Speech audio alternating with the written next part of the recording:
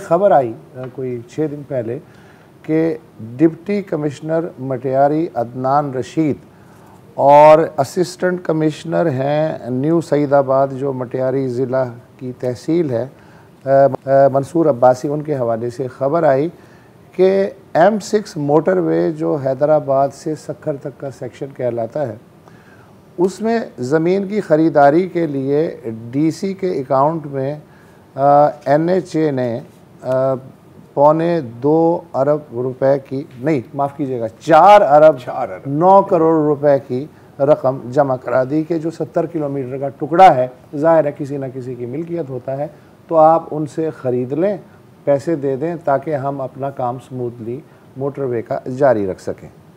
उन्होंने कहा जी ठीक है, अकाउंट में पैसे भेज दिए गए।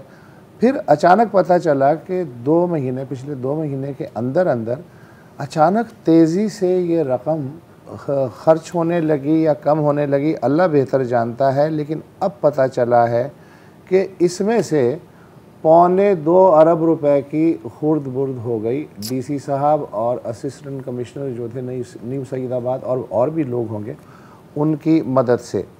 और फिर ज़ाहिर है कि इंक्वायरी बैठी, हंगामा मच गया, DC साहब को मुअत्तल करके हिरासत में ले लिया गया। अब उनका जिस्मानी रिमांड भी लिया गया है, जबकि AC को मुअत्तल करके इंक्वायरी शुरू हो गई है।